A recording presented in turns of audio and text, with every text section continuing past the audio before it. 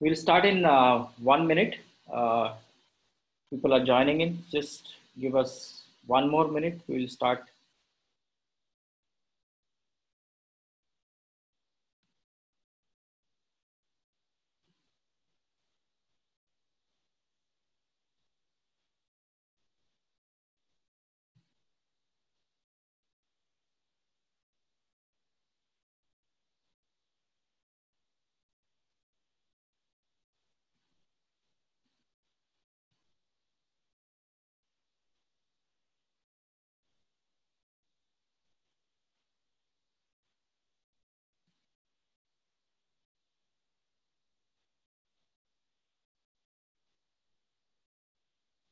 Afrin, let's start.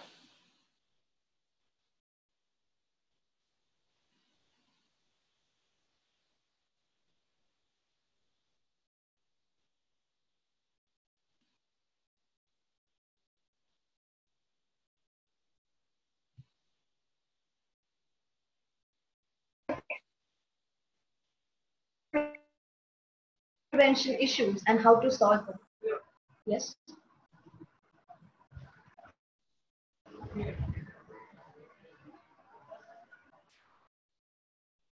Okay, I think Afrin doesn't have network, so let me just begin. Good morning, everyone. This is our monthly webinar series on various technical topics that we pick up, which is really of great interest for a common person, be it technical, be it non-technical. But when it comes to fire and safety, people have apathy towards the topic. Reason being is that people don't experience it, and that's how people don't create that interest in learning more and more. Yeah.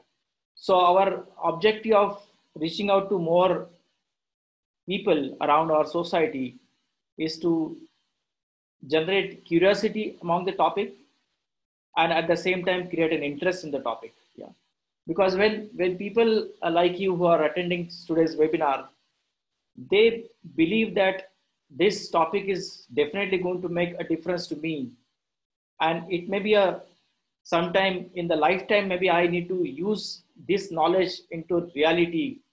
It is really going to help me, and it is going to really help my life to save, or it may help for somebody life to save. Yeah.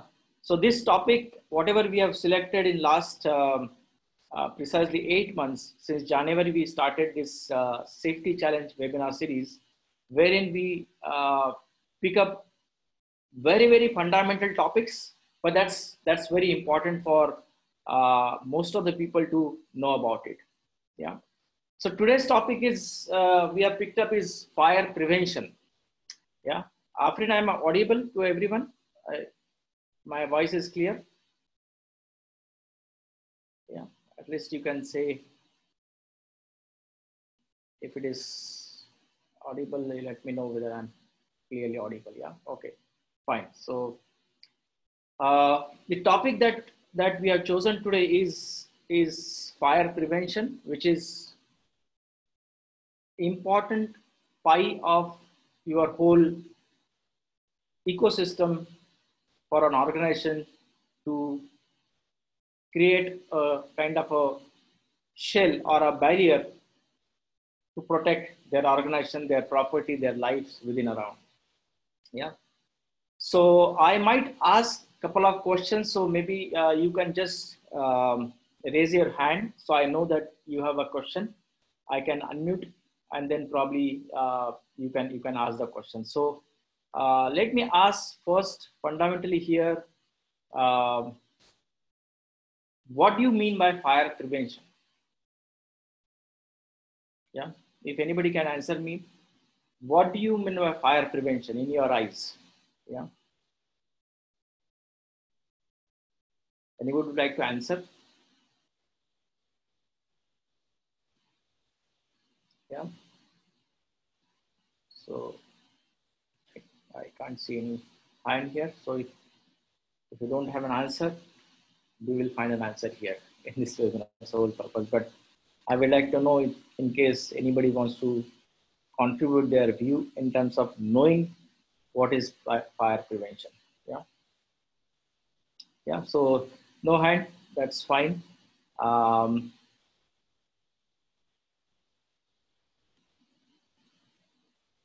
Mr. Tripathi asked the question, what are the topic are you going to cover today? So it's all about fire prevention, how you as an employer or as an employee in the organization, specifically at workplace, what are the parameters that you need to know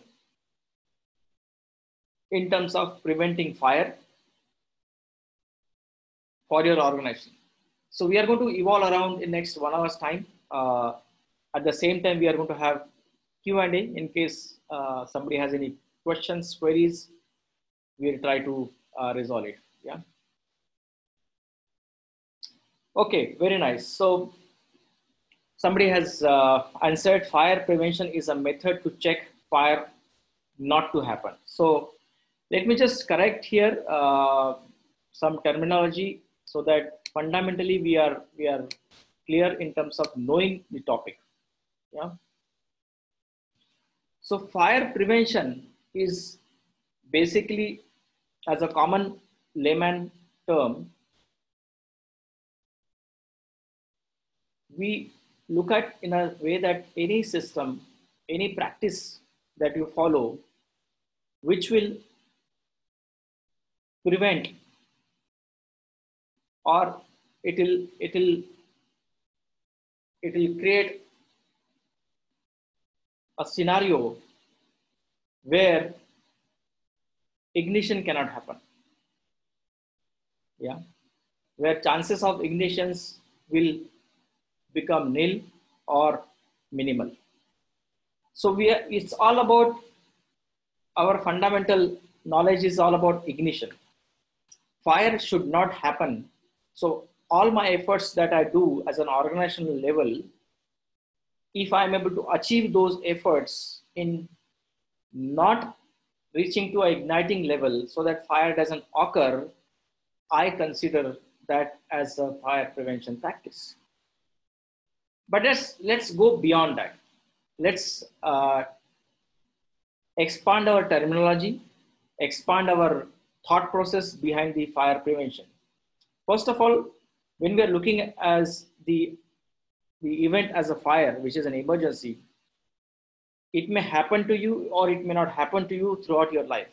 It's totally uncertain, it's totally unplanned, it's totally uncontrolled. And we all know that definitely fire needs certain amount of input, then only it will ignite. So when we are looking at that scenario, that either it will not maybe get fuel or maybe oxygen or temperature, that is what we fundamentally know the fire triangle as a triangle, we believe that fire may not happen. Yeah. But our focus should not be just before the event. Yeah. If you look at the fire prevention as a word, our all thought process goes before the event. All our efforts, we think that it should be before the fire, right? But fire prevention, to me, it's not just about the prevention before the fire. Even at slightest level of the fire, that is maybe trying to burn something, okay, or create from a smoke to a flame level. In that uncontrolled scenario, if we are able to achieve the prevent of smoke spread, it's again a fire prevention. Yeah. In the process of emergency, when people are trying to evacuate the building, and we are creating a scenario where our evacuation method is very, very efficient, our communication method is very, very efficient, and thus we are able to save somebody's life, it's again a fire prevention. So it is not just before the event, it is during the event as well. Okay, so let me just fundamentally give you some expansion on this term so that we are on one page. Yeah. Any question here so far in understanding what I'm mentioning about? Please raise your hand. I can allow you to speak here. Yeah. So what we're basically we are trying to get an answer in next 45 minutes is, what is this fire prevention to me as an organization? Considering the time limit that we have in understanding this topic, is that we are focusing our discussion on workplace. Because as a person, as an individual, if you know this concept fundamentally, which you can apply at workplace, I'm sure you can apply it at your home also, at your residence also. Let me just share you in the beginning one incident that it is not something that I have read. It has just happened in front of my eyes. It is probably 7 years back when we had a small office in a residential community. It was a weekday, and all of a sudden there was a kiosk at the vicinity in front of my office, and I just stepped out to look at what's going on, because by that time I saw a fire tender also, and the moment I saw fire tender and the voice, definitely as a person, definitely I can't keep quiet, and curiosity came in, and I ventured out, knowing that what has happened. It just happened next to my building. It's a real incident that I want to share you, and then probably you can let me know what's the takeaway of this particular incident. After interrogation of the fire officer, which I happen to know from the Thane Municipal Corporation, I got the entire narration from him, and probably by that time I reached to a place knowing what has happened and how happened and what why happened. It was probably a 1 year since that exact event that happened. An event was very minor. Probably you can see that happening at many places around you, even at your place as well. There was a lady in the complex on one of the floor, maybe 6th or 7th floor. I don't remember exactly, but I think it was definitely more than 5. And since it was a working day, probably the gentleman was out for work, and there were 2 kids less than 10 years. I don't know the exact age, but what the fireman mentioned, that there were 2 kids less than 10 years. And the lady, probably it is not a first time that she must be doing many work before also. On that particular day, she came down maybe to buy some grocery or sabji, I don't know, but she came down in that afternoon, leaving those 2 kids at home. Yeah. Before she came down, it was just puja that she did in her one of the room. It was bedroom, where there was a small temple. There was a diya, and probably she finished the puja, and then she just instructed that, boys, I'm just going down and I'll be back in 10 minutes. So just hang on. So maybe for her, maybe she said that's a routine thing. It's not a first day that she came out.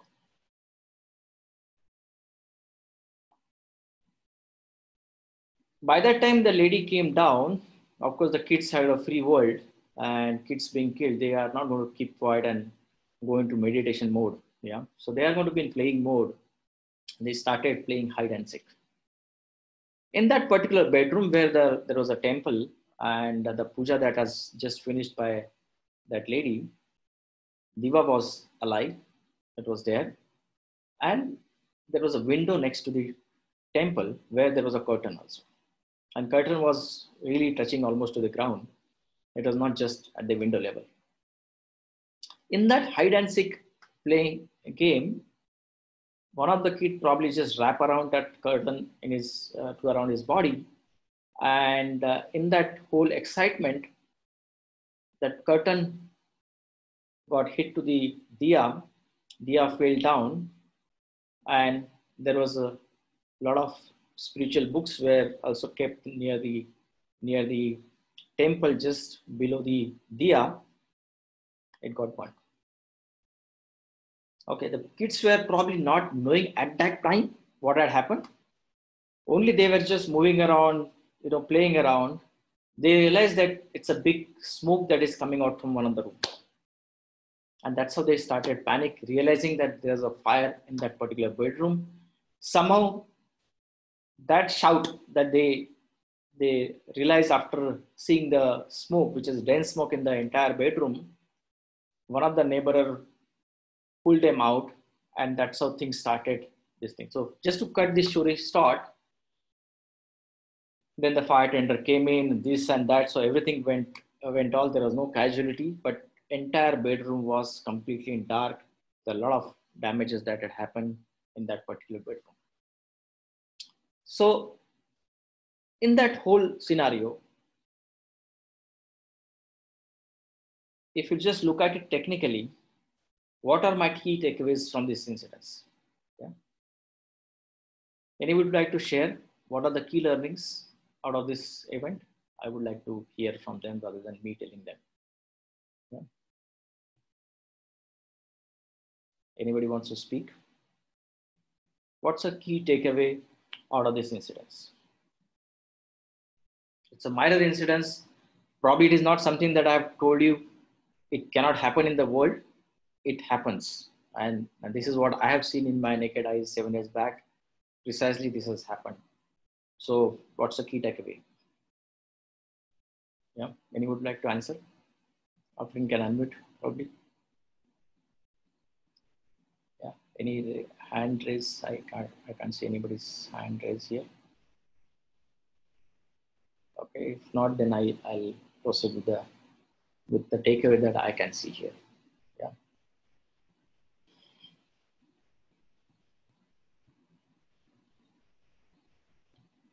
Afrin, my voice is clear because I'm not able to hear you as well. So okay, so you're there. If I have someone to respond, okay, fair enough. So I think there are 2 hand raised. So let me just, yes, Anand.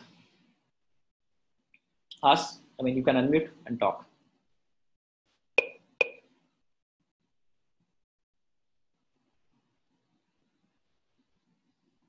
Yeah, Anand, can you unmute yourself and talk?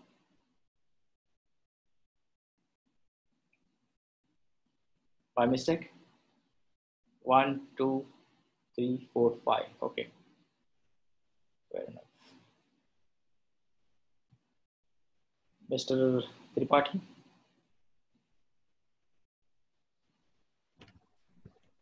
Yeah, Hemant, I think, this was the really unfortunate incidents that, the fire took place because of the, the diya. But I think, when we are really doing puja and all, so we have to keep, it away from the, flammable material in the surrounding. And also as a housing society, we should be ready and know that how to deal with the fire situation if they happens in the society. Now, probably most of the society do not know that whom to call, how to call, and how to really, educate the occupant of the society. So this is where, a lot of gaps is there. So probably, society can take some steps to educate the resident that in the case of fire, what steps to be taken. Yeah. Very good. Thank you, Mr. Tripathi.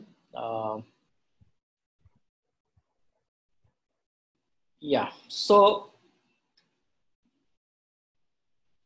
the protection part, the awareness part, that will come. Let's talk something which is really gist of this story is first and foremost what is the understanding that as a layman that people should have is what do I do or what do I not to do, right? My do's and don'ts should be very, very clear. Fire can happen because of this diya. If that mindset will be there, then probably we will take care of that particular thing. It's not something that we will stop doing it. It's the way we are doing it. It should be known. So this is what the birth of fire prevention happens from your home. Yeah. It's all about mindset. Do you carry that mindset that fire can happen in my bedroom because of this diya? If that happens, if that logic can be built on and our mindset is ready, then probably we'll do all is needed. The first and foremost, what is the basic thing that probably that lady would have done? First and foremost, diya would have been ensured that it is switched off, because 10 minutes is a long time and we are leaving it to the kids. So source, we are just taking care. Second, when you know that curtain is going to be next to the diya or temple, we have to say that it is tied or at least it's away from the day. So in technical terms, if you just look at it in fire terminology, it's called separation or segregation. So look at on a very, very big scale, then your mindset will get open. So separation and segregation, when the concept is applied at the industry, it is nothing but exactly what is happening at your home. So you are keeping a separate distance so that by mistake also it will not touch and something will not go wrong. Even if diya failed down, neither it is going to touch with any fuel or combustible particle or material so that fire will not propagate. Yeah. Curtain, which is next to the temple, it's away, and by mistake also it will not touch to the diya. It's a separation. Third, had we informed the kids that do not go to this bedroom, play in this, that also would have solved the problem. And in technical term, what is called as training, education. At a bigger level, we all talk about this terminology and we give a lot of flavors and we give a lot of excitement here, but it starts with your home. Training doesn't mean that you have to really get into the training room, show your PowerPoint slides, ask questions, take a feedback. It's all the rituals that we do formally, but ultimately the objective of training is the communication, clearing the layer, getting that awareness in your mind, and that's what the purpose of training. So if you look at it in a very minor story that I have shared, it gives you a lot of insight at a bigger scale, isn't it? Yeah, fire separation, fire training or safety awareness training, or probably the combustible or the storages, the storages that we do. Yeah. Somebody asked the question in Facebook before this session that how do I handle my tank storages in terms of fire prevention? It's nothing but separation, segregation. That's the first and foremost priority for any hazardous storages that you have. Because you can't really control or you can't predict something can go wrong. It will go wrong. If there is an electric short circuit, it can happen. It will not tell you that it will happen. But if it happens, whether I'm able to control the spread of the fire, flame, smoke, is that your strategy? So this is, I thought I'll share this small incident, so probably you can really see what's going around on the industry. Before that, let me just introduce you some of the people that are totally new to this webinar series. Of course, we have been doing this since last January every month. And there are certain people who are consistent in joining this particular webinar. So I really thank you from my bottom of the heart of being with us in the journey of knowledge sharing, because ultimately what we gain is the knowledge that we gain out of this exercise. There is no gain that we expect out of this webinar that we are doing, because it's purely knowledge sharing. It's purely selfless work and unconditional love that we have. I've been into the industry since last 27 years. So that's my DNA now. EastCorp is the organization that I founded in 2013. And that's how we are into the consulting domain, focusing fire, safety, and security. We have 3 companies in our group, which is focused on specific segment like fire and life safety, environment, health, safety, and security. So these are the 3 companies under the brand called EastCorp Group. So that's a domain that we serve in, and we feel pride in doing what we do and why we do. We have very clear purpose and mission in our mind, and I think it's a long way. So with this thank you note, let me just begin this particular webinar, and that's a code that I want to share you next probably 30 minutes time. The elements that goes as a fire prevention. Yeah, what are the elements that we should look at our organization level And doesn't matter you carry a label as a safety manager or EHS manager or security manager per se. Even if you're a responsible person working in that organization, there is always specific role and responsibility that you carry to safeguard your life, property, and safeguard somebody's life and property. Yeah. So when I'm talking about all these elements here, it is pertaining to all the people around you. Yeah.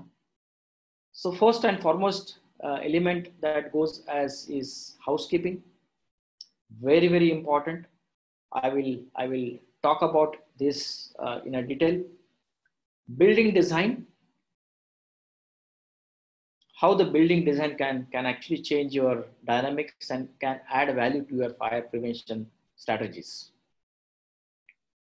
What are my systems and control exist in the organization at workplace so that I can have an efficient protection so that I can prevent somebody's life or I can prevent the loss of the property.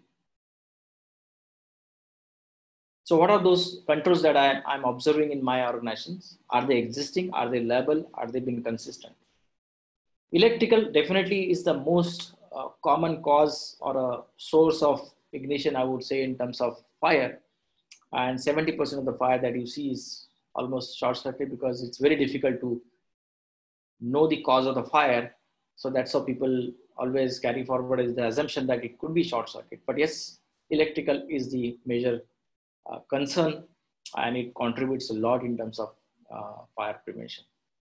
And then last and foremost is practices. What practices are we looking at?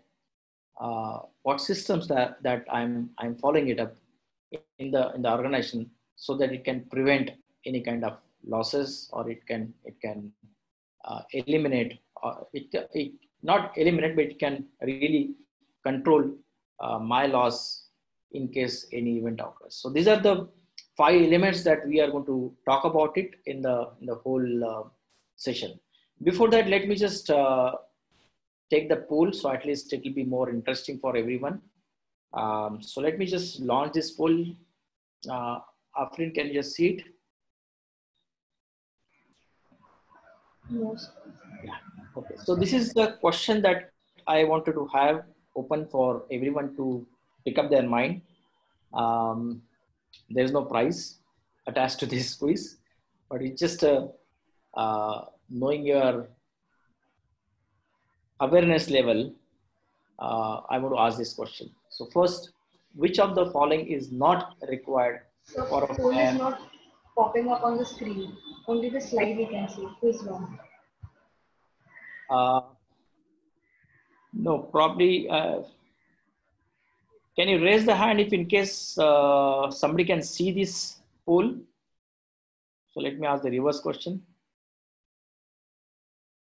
Can you raise the hand if in case you can see the poll? Or if nobody is raising the hand, that means this poll is not being shown. So is it the same case with everyone? Can't see it, okay. So let me just relaunch it again.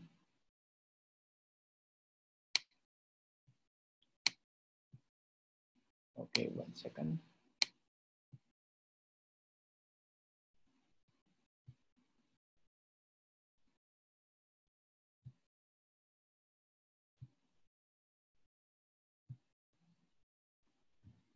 Yeah, I've just stopped and again share the screen. Is it visible now, Afrin? Yes, screen is visible. Presentation is visible, right? Yes. Okay. So what's wrong here in terms of poll?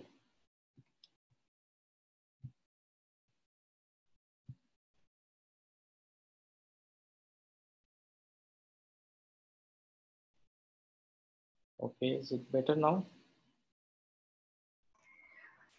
No, sir. No, still not. Okay. Relaunch poll.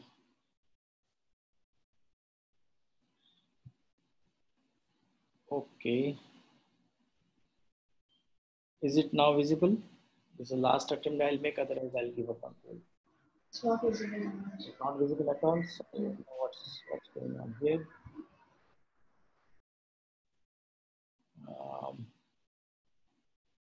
Because I have launched the poll here.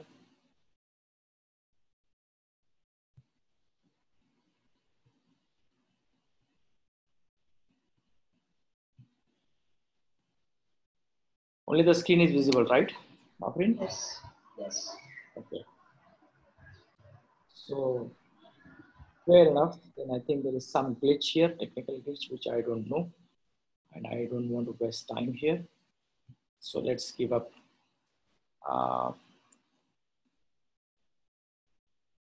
The poll. Okay.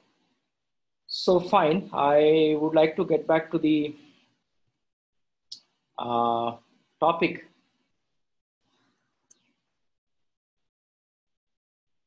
Of the main discussion that I talked about is 5 elements, which are those 5 elements which will fulfill the objective of fire prevention at your workplace. So let's talk about housekeeping. That's a very, very common word that you see at home, at workplace. Very, very common. That is what we do every day. So Yeah. your screen sharing is stopped. Yeah, I have stopped it purposely because there is a presentation. Yes. Yeah, so I want to talk looking into the eyes of the people. So now there's going to be no presentation, just to talk. Yeah. So housekeeping, when we discuss, we always give importance at our convenience. Yeah. At many times when this issue is being propped up at a workplace, again we shy away from our responsibility and we leave it to the housekeeping guys or agencies or people around you to look after it.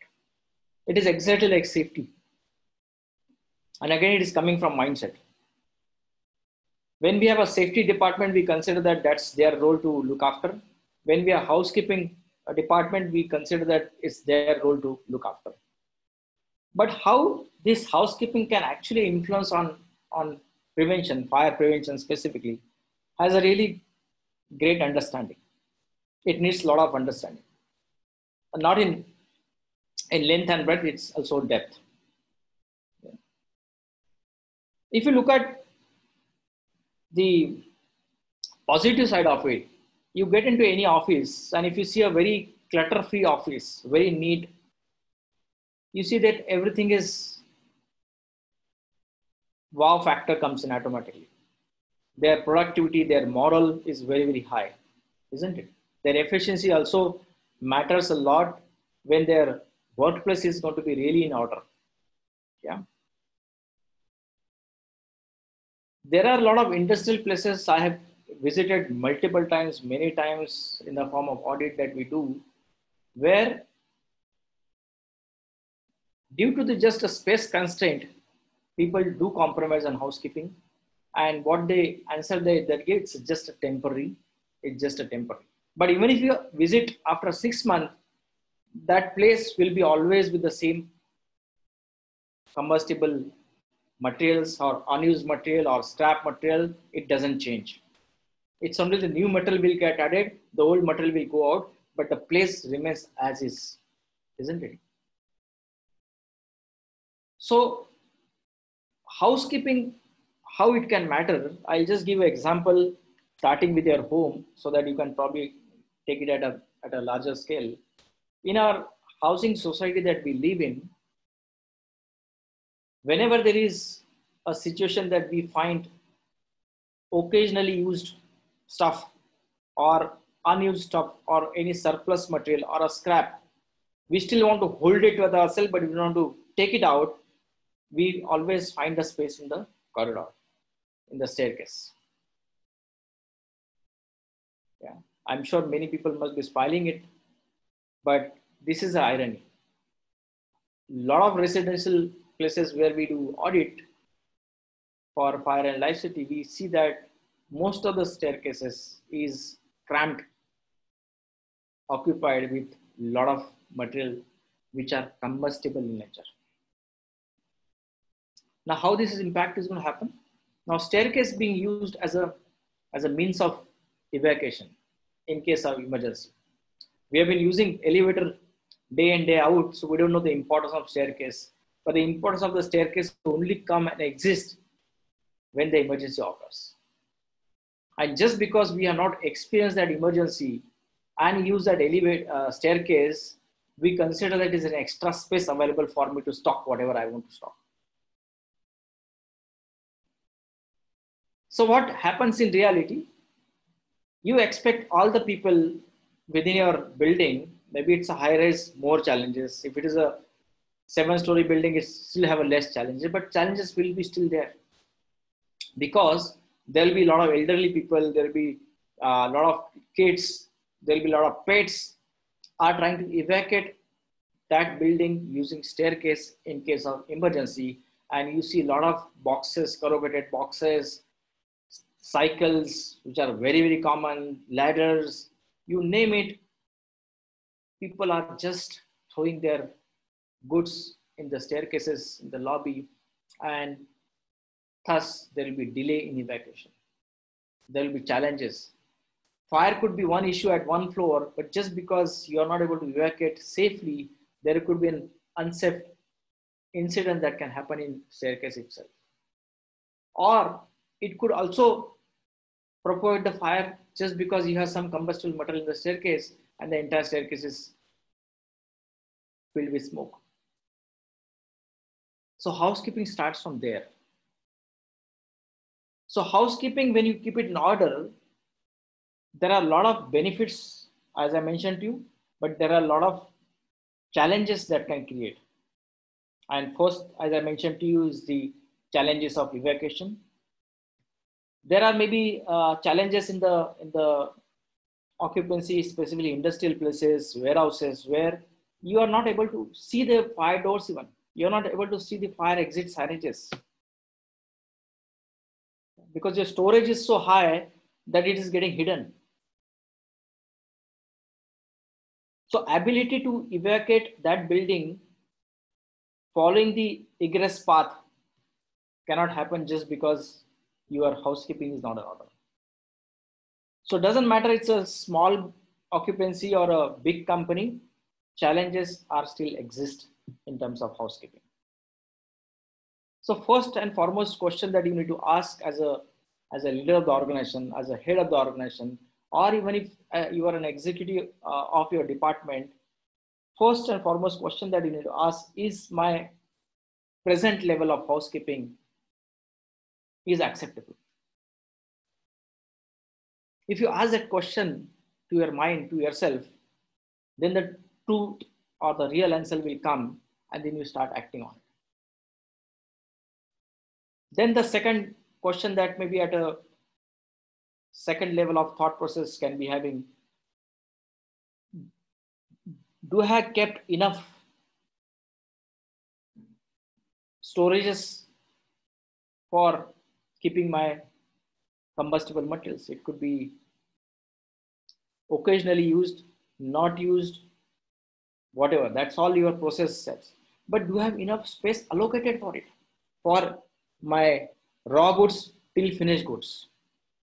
And this is a common problem that I see in the industry, that all of a sudden they find that the raw material is already available, the truck is unloaded, but they have not allocated the space for it. And it's really a hazardous material that you are trying to unload and keep it in your place. But just because you have not planned it, you don't have a space allocated it, you are compromising it, and it may lead to a problem. It could be finished good, it could be raw goods. So you need to see that as a leader of the organization, do I have enough spaces allocated for those things? Do I even enough bins available to keep those trashes? Yeah, it could be waste material, it could be anything that you consider as a waste goods or as a byproduct of your organization. But how do I handle that waste? Is it been a process defined in the organization? If not, how do I create it?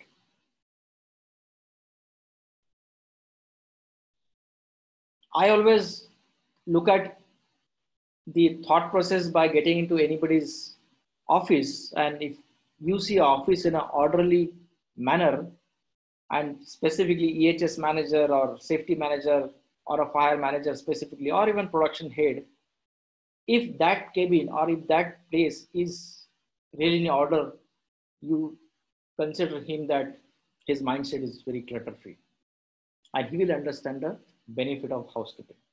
He can probably implement in a better way than a person sitting with a lot of paper goods and unused materials and stuff material. It's all clutter mind. So that's very, very important. Let's go to the second parameter, building design. Okay, now this is a very, very detailed topic. In fact, I can talk probably a day or two also, even just on building design. How building design actually matters in terms of fire prevention. Now look at all your internal walls, exterior walls. It carries certain fire strength, or it may not carry fire strength. So, but then if you are having an organization which is built, it will be with walls. It cannot be just open.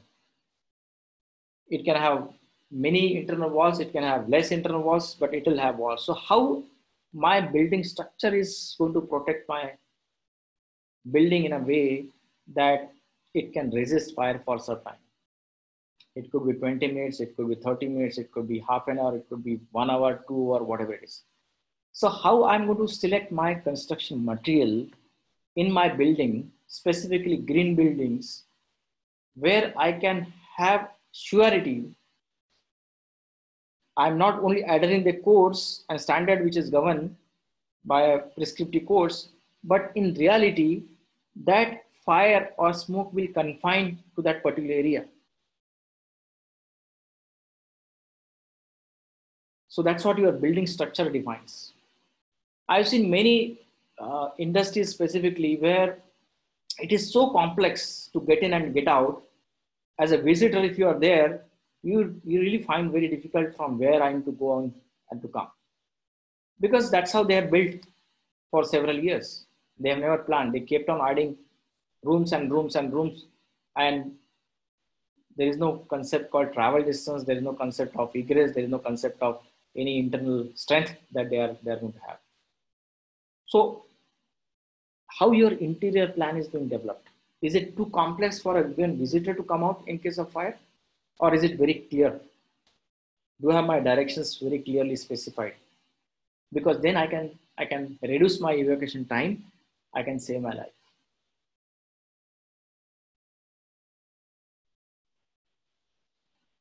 Site planning.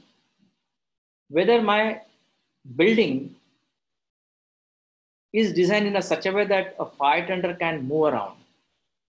Of course, the city like Bombay has inherent challenge. There is no way that you can have a building where you have a luxury of fire tender saluting the building around all the periphery of the building. There is no way that this space is a constraint, and that's how this city has been nurtured. But at least you need to see that my building from the road end also can have an access. Now there are a lot of buildings that are happening. I'm sure you have seen and observed that entire ground floor is a steel car parking, and the first floor is all podium. And that's how the building starts, from podium. Now, when you have this multiple buildings sitting on one podium,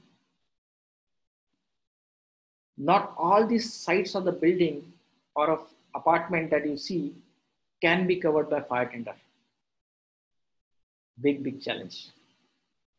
Architect doesn't think about in that direction, because they look at podium as a amenity. They show that garden, they show the swimming pool, they show all the amenities sitting on the ground floor. You can see from the window from any level, and that's how your building gets sold. But fire perspective, if you look at it, it's a big challenge. I remember one incident in Mumbai specifically. There was a building, very reputed building, where I think I was told, I mean, that's what newspaper says that Deepika Padukone also has a flat. It's a very, very premium business property, and fire occurred there probably a year back or so, where entire building was state of the art. They had fantastic fire systems available. They were maintaining it.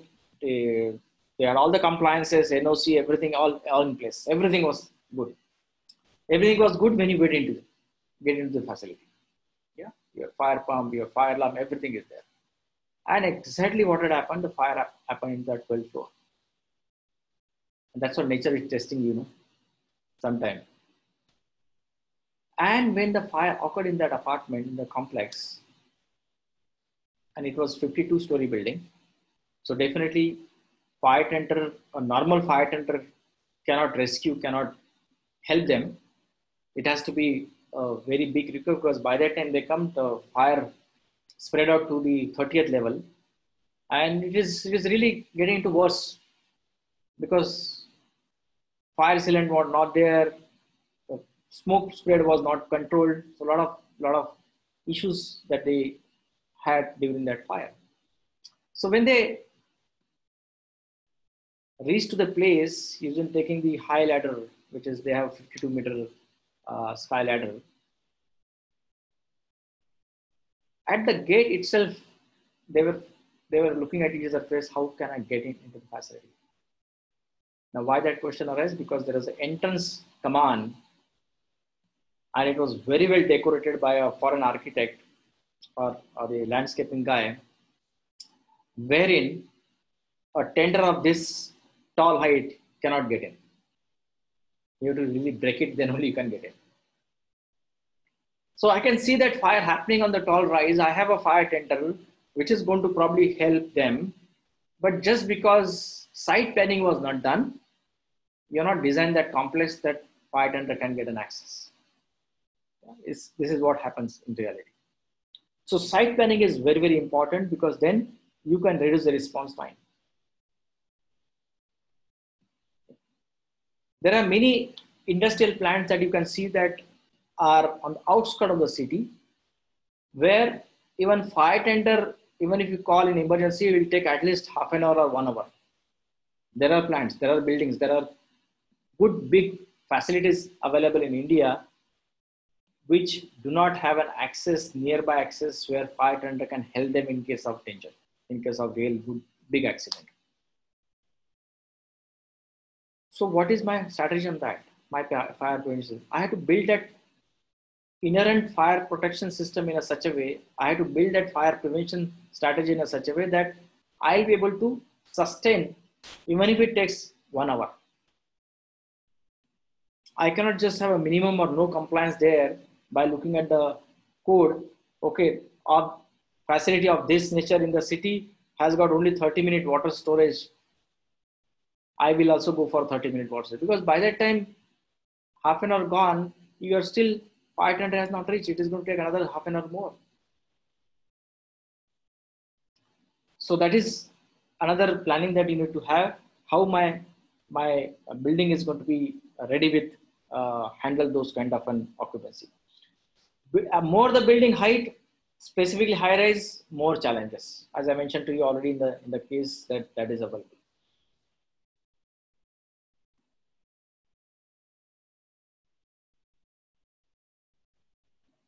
Let's get to the third mode, system and controls.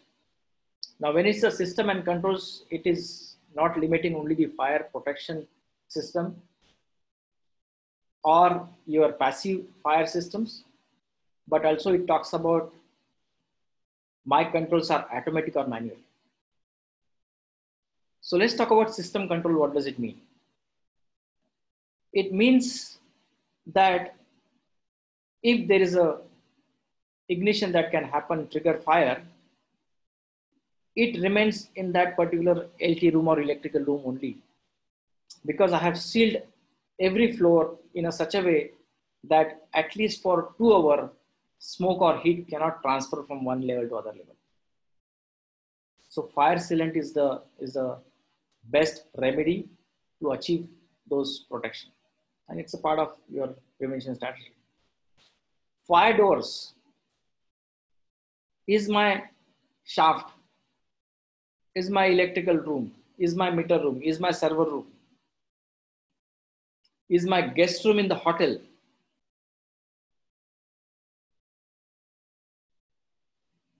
is my meter room, transformer room.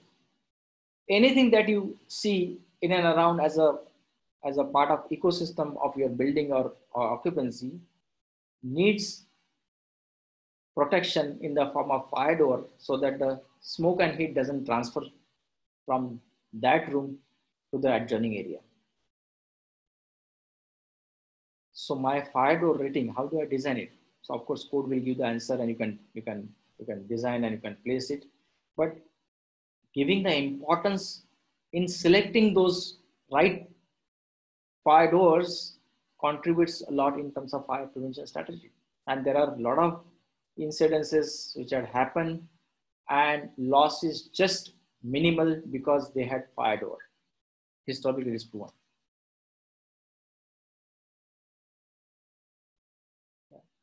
So basement, how I'm going to be protecting my basement? Because there will be no windows, there will be less ventilation or no ventilation. So how I'm going to be expecting a fire protection can happen? Ventilation is definitely going to make a lot of difference because then smoke can be extracted. Sprinkler system, automatic in operation with proper fire or water storage is a critical requirement there. So you can see a lot of basements in industrial plants, in commercial buildings are unprotected, unattended in terms of both smoke and heat. Because it has been sitting there last 10 years, nothing happened there. That's what the belief. Yeah. So when you are having a facility like this, you have to really look at what's my prevention strategy so that the smoke, my carbon monoxide inside the basement, if there is a car parking, is within control. I'm monitoring it. My ventilation systems is integrated with my fire alarm system, is integrated with my IBMS system so that it can take care of the job automatically and there won't be any danger of smoke. And we all know, we always use this word, smoke kills. Very, very favorite. Even I use that word many times, smoke kills. But this statement just merely will not help. How I'm going to practice that into your facility, in your design, in your installations, that matters. So ventilation is very, very critical. Automatic fire protection system, and that too adequate. It's not just like you have a hose reel system, but when you try to open it, there's no water or there's no enough pressure available. Yeah, in fact, I wanted to show you one video, but time limit is not there. I mean, it's there. So big facility, somebody wanted to open a hose reel and water is not just coming, just 1 meter, and that after 10 minutes, it just fell down. So how do you expect a hose reel even to protect your facility when there is no water available? Because it's not been designed. Yeah. So accessibility is very, very important. The fire protection is very, very important. And specifically when you have windowless buildings in a basement or a car parking area, firefighting system makes a lot of difference, and that's going to complement your fire prevention. Now you'll see that there is some overlap between fire prevention and fire protection, and that's how they go hand in hand. Because as I mentioned to you, the motive behind fire prevention is not just before fire or before event or ignition, it is much more beyond that. And fire protection will help you in achieving that complement. Yeah. So when you design a system, you need to ensure that the codes are been fulfilled, that codes have been implemented in the process so that your entire building gets a safe design way. Any questions so far in the whole 3 dimension that I have covered? Please, you can raise the hand. I will see in between and we can always talk about it. Okay, so I want to make it very fundamentally clear even though it's just 1 hour, but I wanted you to clarify your doubts in case you may have. Yeah. So feel free to raise a question after you just take care of it, any question that comes. Yeah.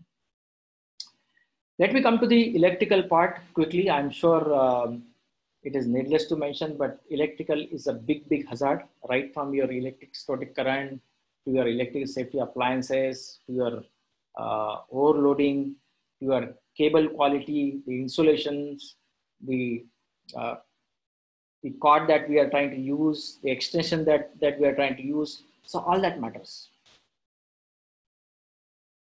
So how do you do it? How do you prevent it? That's another part. You need to really see that regularly inspected. The appliances must be chosen correctly. You need to see that loading is within the limit. Insulation is being checked regularly. If that happens, definitely electrical also system will think before it knocks your door. Yeah. So although we know 70% of the fire happens just because of the electrical malfunction, we still are sometimes ignorant about it. We still are casual about maintaining our electrical systems. How many people actually invest in doing thermography? Very few. It costs very minimal. Actually, if you look at the large facility, it costs nothing. But still we wait for some signals to come physically, in physical form, and sometime in real fire, let it burn, then I can rectify. Because we are only learning by experience. Till the accident happens, we don't even act. We don't even replace our LPG tube in our home till it actually smells you that LPG is coming out. Replace me. Yeah, that's irony. So electrical is all about your prevention. How are you going to predicting your system and making sure that it is maintained and you have right appliances and there are no kind of a danger that can happen because of the electrical malfunction. So that's very important. And last and finally is practices. Hot water permit, very common problem in construction sites. During greenfield or a brownfield project, you see them some alteration happen, some expansion happen, or new construction happens. Welding is very common. That is going to happen at every stage for every system. How I'm going to control that hot work within my premises so that it will not cause a danger? Do I give them enough appliances? Do I give them enough training? Do I ensure that the tools are available with them? If that happens, you are able to achieve fire prevention. And construction site is a most vulnerable area when it comes to fire. Not only green building, existing, because you will keep on doing some hot work here and there. Some expansion will happen, some alteration will happen, some modification will happen. You need to have some hot work there. So what are my operational procedures set in the company so that I am able to handle it? Do I have my fire prevention plan itself? What do you mean by fire prevention plan? It's again a big story, but all I want to tell you is that if really you have a very strong mindset in terms of safety, you can create a plan for your organization in terms of only fire prevention. What's my operational procedures? How I'm going to do it? Who is going to do it? Why I'm supposed to do it? So fire prevention plan is again a part of your best practice, which will create a mindset, create a culture, and things will become a norm in your facility. Yeah. So any questions so far? You can ask.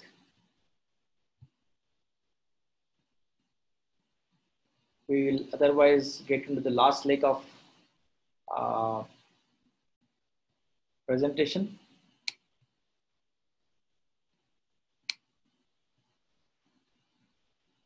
Yeah.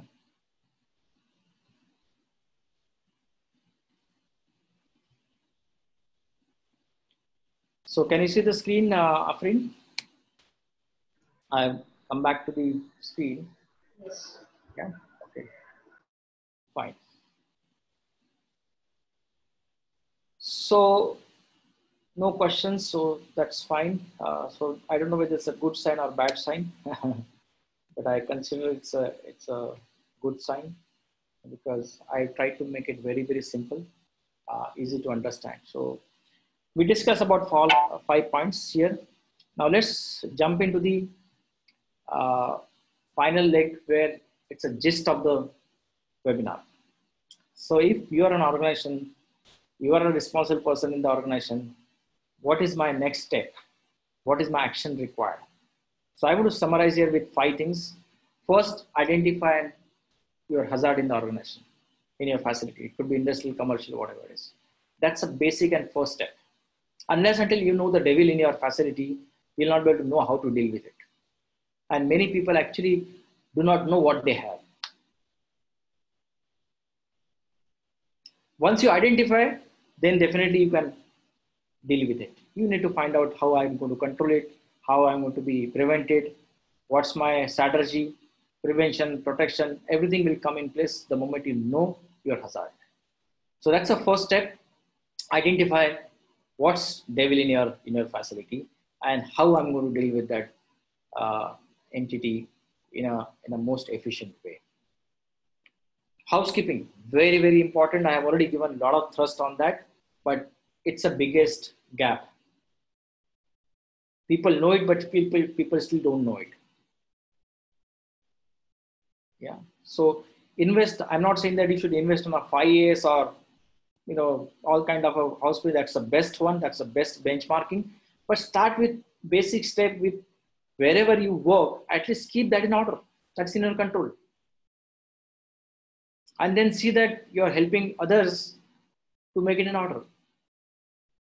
Yeah. Because then you are able to add a lot of value in terms of fire prevention practices. Develop your own fire prevention plan. Very important. I'm specifically mentioning prevention, not a protection. You already have some good great systems available in terms of protecting the fire, but how I'm going to be using my energy in terms of fire prevention? Are people aware about it? Do I have my systems in place? What's my operating procedures? Yeah. So that's a plan that you need to develop so that you can deal with any kind of emergency as such. Fourth one, invest in maintain the fire alarm system and communication system, both. Fire alarm is a life safety system. That is the one system will come in the first place and knock your door and tell that, okay, you need to evacuate the building. But if your smoke detectors are reliable, functional, operational, your horn and strobes are in place, then only that alert will come. If you don't maintain that well, then probably you have to only depend on the nose and eyes to smell and see the fire. And it's going to be big lapse of time. How I'm going to communicating internally? Who's going to call the fire officer? Who's going to call the first aid guy? Who's going to call the hospital?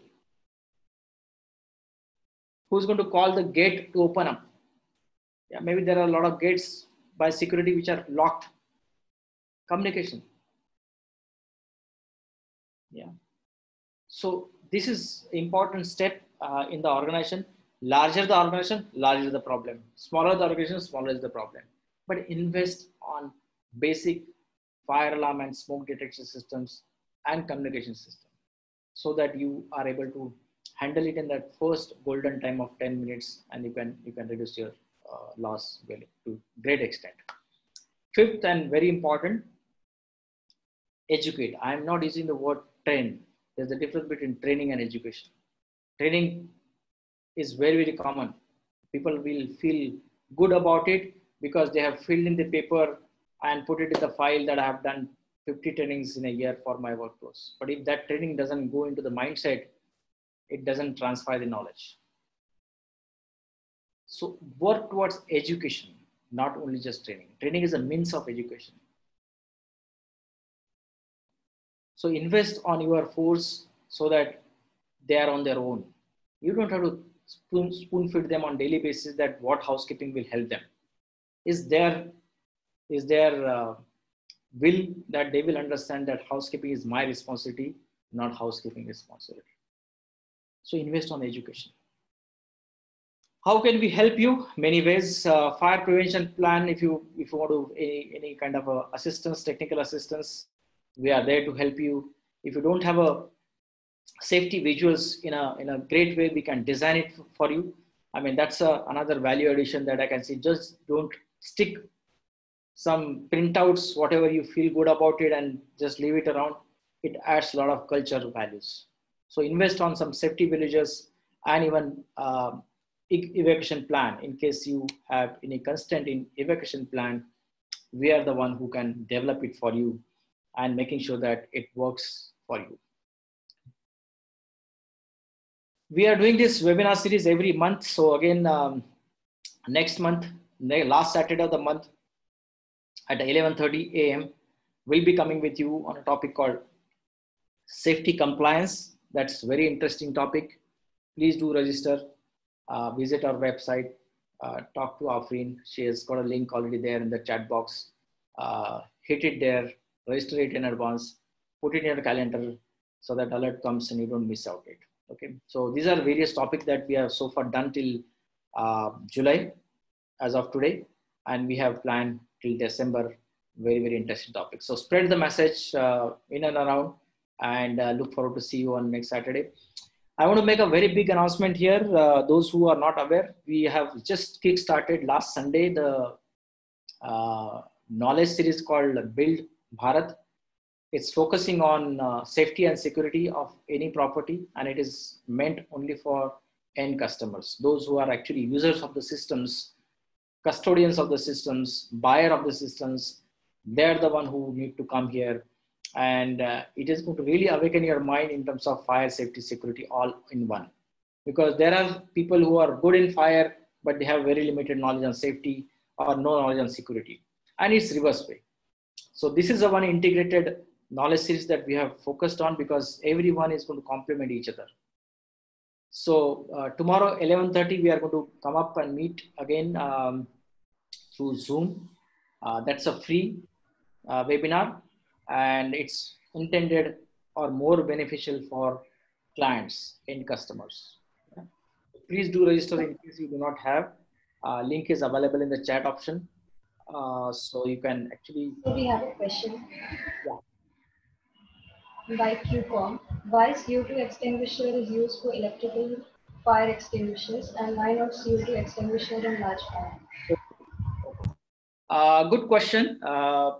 That's a fundamental question many people ask, so it's not new. But if you look at the fire classification, there are A to E classification, A, B, C, D, E.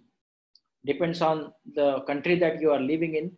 The slight code varies, but fundamentally, let me tell you, every fire is being classified with certain category.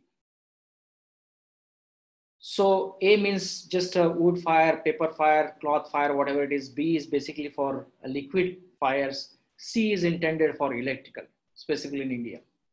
Yeah, D is for metal fires, and then of course K is for kitchen fires and all. So when you use a CO2 extinguishers, it's going to make it an impact on electrical fire, because you cannot use water or even dry chemical powder as an agent to kill that. Yeah. So CO2 is been intended only to extinguish electrical fire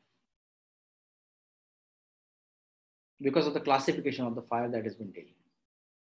Now, when you use CO2 for a large fire, first of all, let me tell you, large fires cannot be dealt by any extinguisher, because extinguisher is a first aid device. It's not been intended to handle the large fires, because you'll get trapped and you will use a lot of extinguishers, but then danger is your life, and there is a fire tender probably who can rescue better than yourself, right? So why do I not use CO2 extinguisher for other than electrical is basically intended is that if you use excessive CO2, then it may also have a problem of suffocation. You'll not be able to breathe in. Yeah, because it is going to take out your oxygen level. Yeah, that's how the method of killing the fire there, right? So if you use excessive CO2 extinguisher in a confined area, say 22 kg extinguisher, you are extinguished in a very small confined area, it may not be even safe for a person who is going to use it. So do not use any extinguisher for large fire, number one. Do not use large extinguisher in a small fire. Okay, do not use large CO2 extinguisher in a contained area, not small fire, contained area, because unless until you know that way out is safe, then it's fine. But if the way out is really danger, please shy away, evacuate the building. That's your primary responsibility. Yeah, I hope I answered.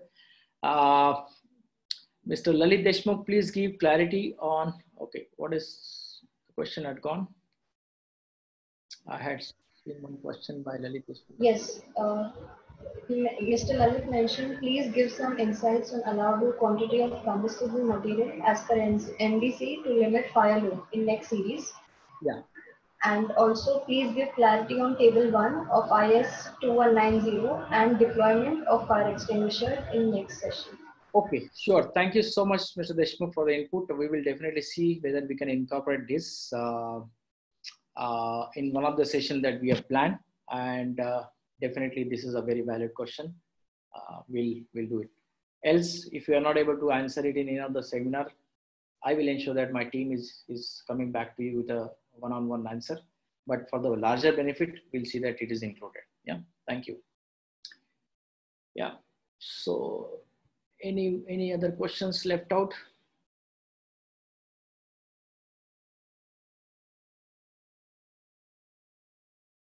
Okay, so I think no questions. Friend, anybody else wants to speak?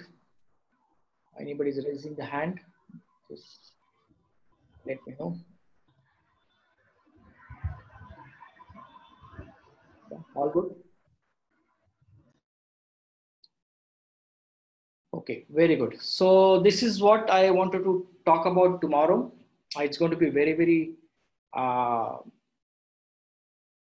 informative, knowledgeful series, and we are going to get some experts, client experts from client side also to contribute their views on how they look at safety security. So it will really add value to it. So make sure that not only you, but your team, your network also joins in this tomorrow's webinar at 11:30. I think link is already been given in the chat option, so make sure that you click it. Our website is iscopgroup.com. In case you have any questions, suggestions, comments, please reach out to us. We are more than glad to clarify that with our best ability. And in fact, we are coming up with a new video series where, like Mr. Deshmukh have asked a question, which we think that it's better that we answer it in the form of video, so that for a larger interest, we can address that. We will do that and address that question in the form of video. So please drop in your any questions. Do not hesitate. There is one more question from Mr. Ashok. Yeah. Is there any global assessment ORG for FD in India? Is there any global assessment or organized for FD? Let me just unmute him, let him speak, so at least I can understand what is FD. So just unmute him, let him speak. So you'll have to unmute him. Mr. Ashok Maloo. Okay, let me just do that. Yeah, Mr. Ashok.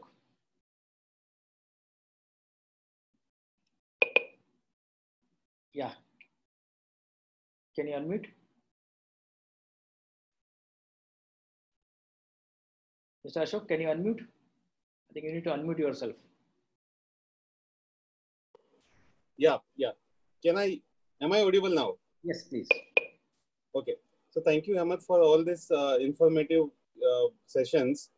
Fortunately, this is my first one, and I will definitely join all the upcoming one. We are, willing to do the fire door testing in various laboratories in India, but we have a very good test evidence test evidence for various standards, including BS, EN, etc. And so, is there any organization that can help us in the global assessment kind of thing? By doing so, we can take benefit of whatever test certificates that we have from our global laboratories. So, is there any organization that can support and that can evaluate our database, and through which we can get the global assessment kind of things for our existing fire door test? Yeah. Yeah, I mean, that's a good question, but I think probably it's not just one line I can answer it, or this is a right forum probably I can sit to answer that question. Okay. Probably we can take offline. I can connect with you some government authorities, Okay. and then probably they can direct you in terms of global connects. And definitely I can see it's a big gap in terms of testing certification for fire doors. Yep. So I think you're in right domain. Yeah. Thank you so much, Hemant. Yep. Thank you, Hemant. Thank you. So Mr. Manas Sahu has raised his hand. Okay. Mr. Manas. Okay. Yeah, Mr. Manas.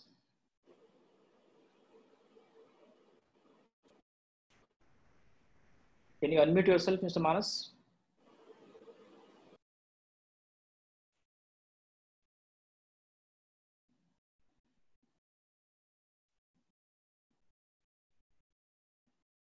Yeah, maybe by mistake. 1, 2, 3, 4, 5. Okay. Fine. So you can lower your hands in case you already asked the question. So at least I'm not confused. Okay, so fine. I think it was wonderful interaction. Thank you very much, all audience here, for spending your weekend, so-called weekend. I mean, for us, it's everyday weekend, but still our mind captures Saturday being a weekend. So thank you so much for your time.